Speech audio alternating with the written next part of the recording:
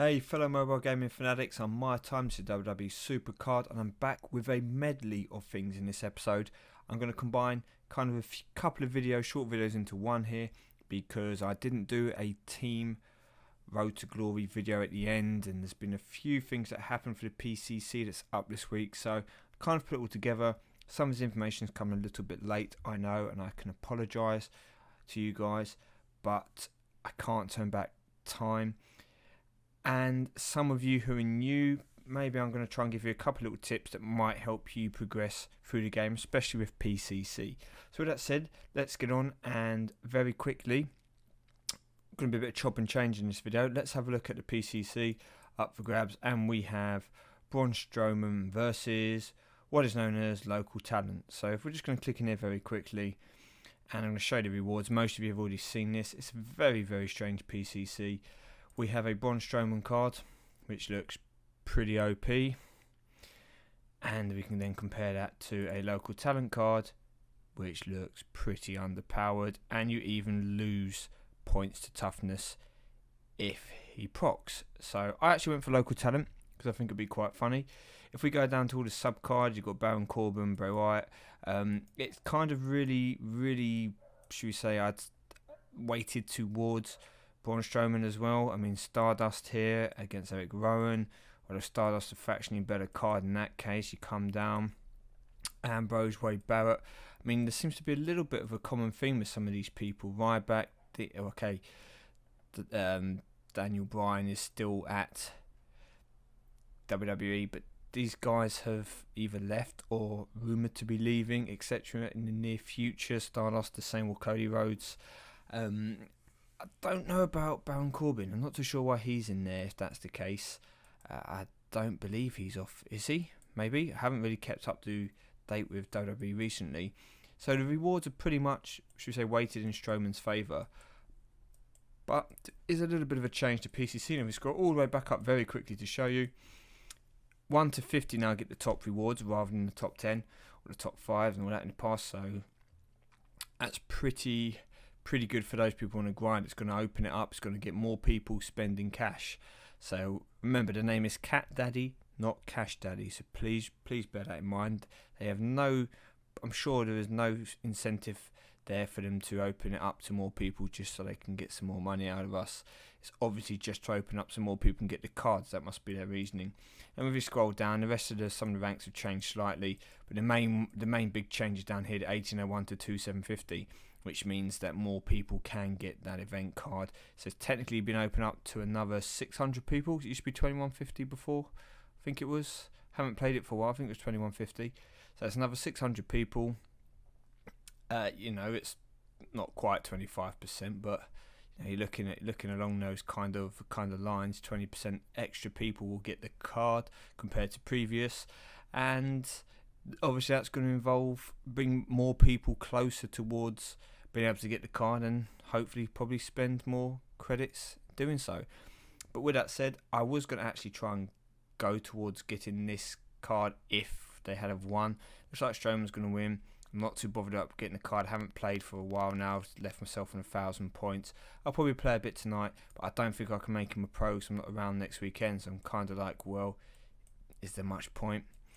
So with that said, we'll come back to PCC in a minute. Money in the Bank, 2,200 points towards getting that second Randy Orton. So we'll be playing those bouts when I come off camera. Bear with me 1 second. Excuse me. Not even off camera, off of recording. Yeah, sorry guys, I do need to actually work on that camera. I need to buy one, I think, because I've lost all the software for this one. So can't find drivers for it and that. I'll try again, but it doesn't seem to want to work.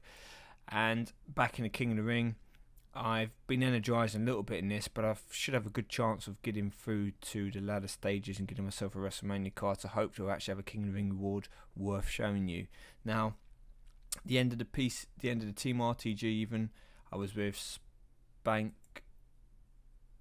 the Monkey, and I have to say thank you to the guys. They helped me to get Shinsuke Nakamura. And I did put in some effort. I think about 550 odd points, something like that. I think I was third overall. But for the last 350-ish points, I wasn't available to play in the SS cards. So thank you to those guys who did put in the points there, or played later on in the event and maybe didn't do as many points in the earlier stages when it was a little bit easier, but put some work in at the end to get the card. And I also finally got my SummerSlam pull. Now, bearing in mind, people, bear in mind that I have gone through the whole of the RD event, which is 36 shards times 3.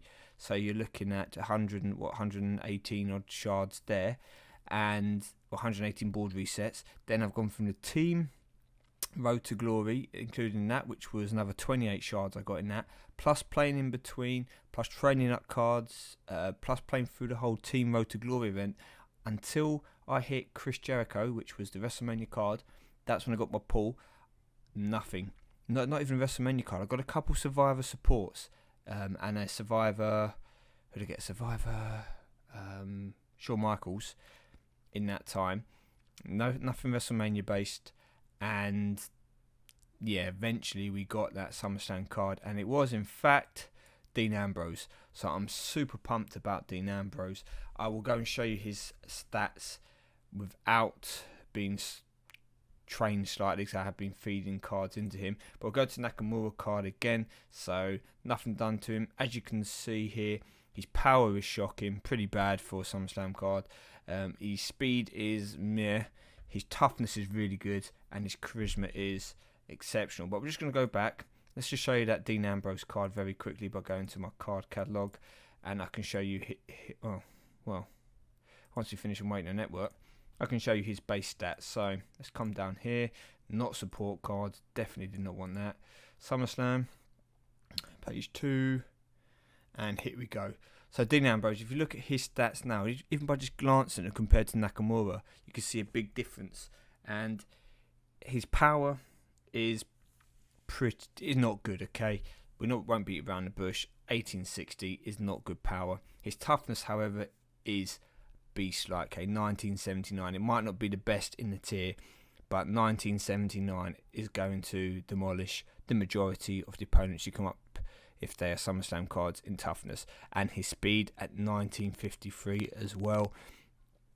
You may remember from a previous video, anything above 1900 is really good. Anything above 1950, you're just looking at being, wow, great. So hitting charisma at 1900 as his third stat as well kind of just makes this card the potential. You could free stat him and he will pretty much hold his own everywhere. You know, yes, there'll be the odd cards where he might struggle with. You know, he's never going to beat cards like Roman Reigns and Brock Lesnar with power and their toughnesses. It could be hard, but he's going to destroy them in speed and charisma. Plus, if he procs in toughness, he's probably going to beat them as well. So he's got a kind of card which is going to be able to destroy a lot of other people. If we just go back to him, I'll show you the reason why I'm probably going to, should we say, avoid doing that.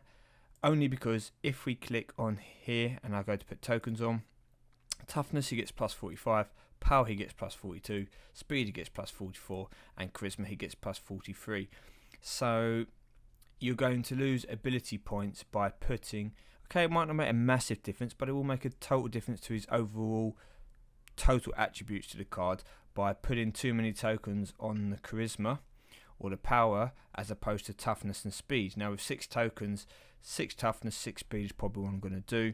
I wouldn't recommend anyone putting anything in power. You're just going to think it'd be a waste. He's still going to beat some of the like other cards which don't have good power as well. Say cards like probably like Kofi Kingston, stuff like that. But there is should we say there is a theory that putting something into his charisma isn't a bad thing. Myself, I probably am going to just keep it to toughness, speed. I want to put some in charisma. Maybe if I get a few more cards, he's the first one I pro and he's going to go into King of the Ring stuff, I will do a bit in his charisma. Take a few less points overall once he's pro'd, so he won't have as many total stat points because I'm going to lose a couple from the charisma as opposed to the toughness or the speed. But proccing in toughness and speed, they're going to be pretty godlike anyway. Getting that charisma up as well could be the way forward, especially if you tend to use this card in events like Ring Domination, Road to Glory, to give him a better all-round kind of balance. So that's going to kind of be up to you guys as well. I haven't fully decided what I'm going to do, but that was my pull, so I'm really happy about that.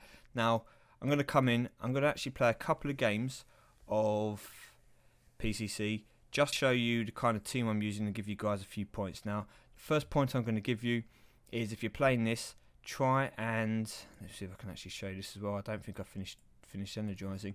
Try and, I did, okay.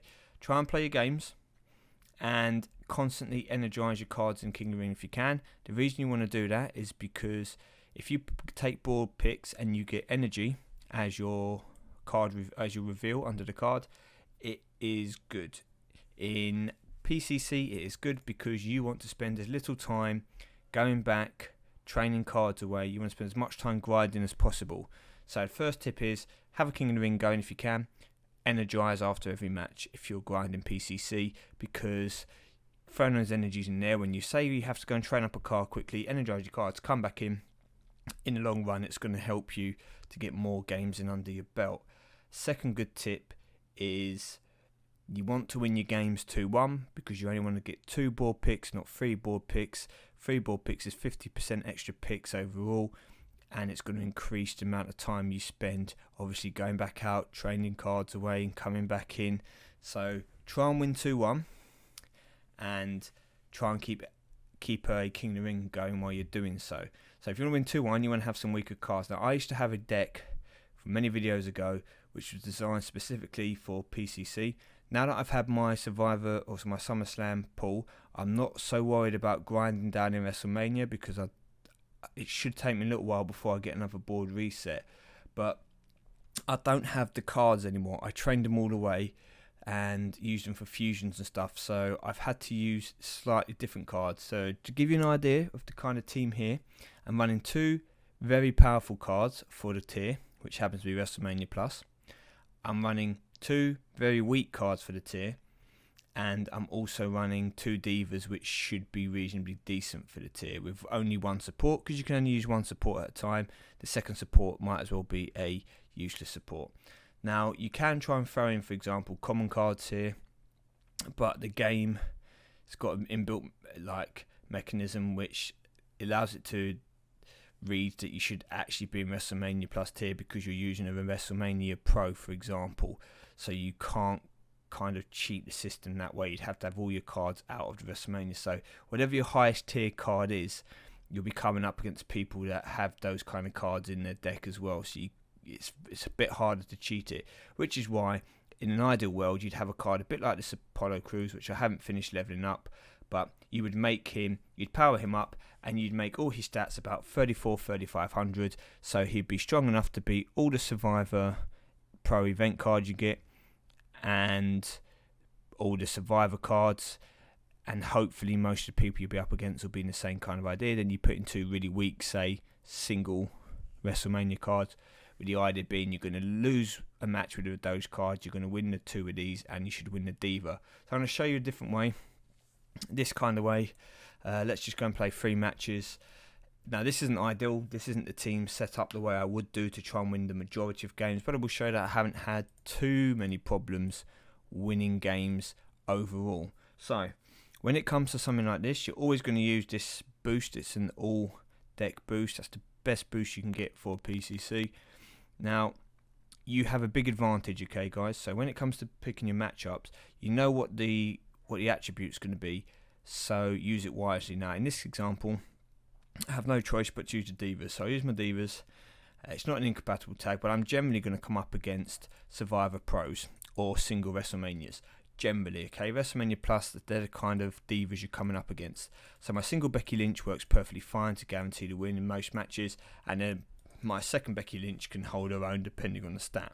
Now speed and charisma here, I have 4 male stars to choose from. What I'm actually going to do, I want to win 2-1, so neither of these 2 cards proc in both speed and charisma, so I'm going to throw away this match and then hopefully get a better matchup for the last match. So charisma, best card here is going to be Nakamura, and I'm going to win 2-1. So there we go. I came up against somebody who had like a reasonable deck, maybe similar deck to mine, but the reason why I was able to win is because I was picking the cards best suited to the attributes as opposed to the computer putting in the cards where they're set in the order. As far as I'm aware, now could be wrong, correct me, but I'm pretty sure someone's told me the computer plays their cards in order of how they're set up here. So if you set your best cards at the start to the end, the computer will play these ones first. And obviously if you put, for example, my Apollo Crews and my Neville up to the front, they would be played first with these guys staying back. Now, I can't corroborate that because I haven't been able to try out somebody else leaving their cards in and seeing, but I've heard that's the reason why sometimes you get better cards at the start rather than the end. Might be wrong, but regardless of that, as you can see there, I was able to win without picking an opponent, just going in and playing by making sure that I used my cards to their fullest potential. So do the same here again. If you get a tag team up straight away, you're going to throw in your 2 weak cards to lose. Now, the problem with the system is here, if I get 3 male matches, so 2 singles and a tag team, I've basically lost. Okay, that's the time when I can't do anything about it. I just have to accept the defeat. Now, for here, power and speed, neither of these two are strong enough, I'd say, overall to do it. So I'll throw in, there would have been, but obviously I don't know that. I'm going to throw in this Apollo Crews, lose the first game. Now I'm hoping for solo matches. Cool. It's pretty obvious here. I'm going to go Roman Reigns, so he should win that quite nicely. And a single diva match would be ideal to finish it. If not, a single male, no problems. Here we go, diva match. In comes Becky Lynch, and we get the victory. So some people will say it's lucky because you could have got a male tag at the end, which would have been yes, but if you notice, I did have a WrestleMania event male left as a single SummerSlam diva, and obviously I had the diva tag, which isn't compatible but is still reasonable for this tier. So as long as you build your team to kind of be good in a couple of stats, it's fine. Now I know that I lack speed, so if speed is the first statistic to come up in a match, I tend to just throw it away. So here we go, speed and charisma. No point using Roman Reigns. It's either Nakamura or I throw away one of these guys. I'll do it the other way now. I'll try and go for the win. Okay. So you can see I've got a proc here, but it's just not going to quite be enough. So if I had thrown away there, I'd have been able to use I'd have to use a speed run this time. So now this time Nakamura would have come in at 5, 8, 7 or something like that. So Nakamura would have won here.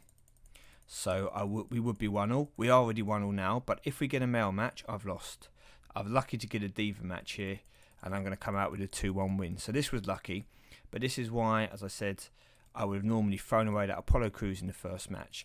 Generally in the first match, I always throw away the card unless it's a perfect matchup for me. A perfect matchup would be something like toughness and charisma for double stat. I use Nakamura. Power on its own, I'd use Roman Reigns. The reason why I sometimes leave power and toughness out is because I didn't put as many tokens in Roman Reigns' toughness. I boosted his charisma a bit. So, waiting on network. But yeah, but that gives you an idea. See, I was lucky to win that last match just because, and then we get a pick doubler, just because of the way that I played it. I wouldn't have played it like that. I would have played it by throwing the first match, but I wanted just to show you the reason why. So hopefully if I lose this one, it'll be good because it can show that it's not foolproof. So here you go, power and charisma. Now because I have put some extra stats into charisma and his power strong, I'm going to go and use Roman Reigns' power because I know that there's no real event cards at the moment that proc him power and charisma. Is there any? Let me think. I missed a couple of event cards actually, but there's no like John Cena's, Triple H's, stuff like that, is there? So I go for the win on this one, which is good, puts me 1-0 up. Next is speed, so I go, hey, you know what?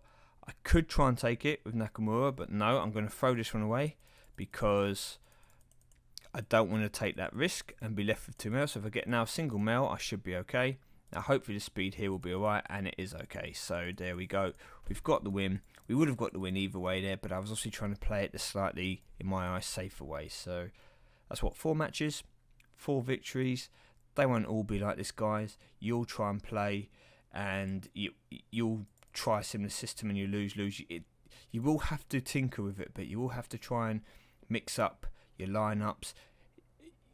Look at this lineup and try and adjust it to yourself. So if you're in, say, legendary tier, you maybe got 2 legendary pros. Say if you don't have the event card, you've got, say, 2 really good legendary pros that can be compatible in a tag. Then you've got maybe epic pro and an epic single. Then you'll have like an epic diva pro and an epic diva, an epic diva pro and a legendary diva pro, or maybe a legendary diva single and a legendary diva pro. If you can boost your diva slightly to be quite good for your tier, that's where the key is going to be, because there's only 2 divas available. Where you've got 4 male slots, you can always put in a weaker male to bring your tier level down and to allow you a bit more power in your divas. So we'll play one more match just to see if we can skim through this quickly and get 5 out of 5, just to show you that there is some amount of tactic to the game with events like this that can help you get more wins under your belt. So here we go. We're going to go with Nakamura because it's pretty good charisma. No procs for either of us, which is great. That helps for me. Come to the next match. Diva Power Speed. Easy one here. Now we're going to lose this because we come up against the Trish Pro. So now we want a single diva match because this person was unlikely to have two good divas, or as we've got a solo male match. So out comes Roman Reigns, and this is going to be a lose for me, isn't it? Yeah. Oh no, how did I win that? It must just be my boost. It must have been my plus 49 to all stats, because I put a couple of my tokens into his charisma, where it looks like he just did power and toughness. So Mr. McMahon must have come to my rescue there. Well, there you go. Just about shows, even when matches are close and tight and it looks like you know you're going to lose, you can still win. So it's tempting. It is tempting for me to try and get to 2750. My biggest problem is you're probably going to need you probably want to get to about maybe 6,000 points to probably guarantee you the card. Maybe a bit less, maybe 5,500. I could put in quite a few points tonight and be about 3,500 or so, but then it means I'd have to play over the weekend as well, and it's gonna struggle. I don't really want to lose sleep. I'm not setting an alarm to wake up for King of the Rings or anything these days. I'm just like, if I wake up and do it, I do it. If not, then it's not the end of the world. I don't really think I want to get involved in these PCCs. I'll try and play it a little bit tonight.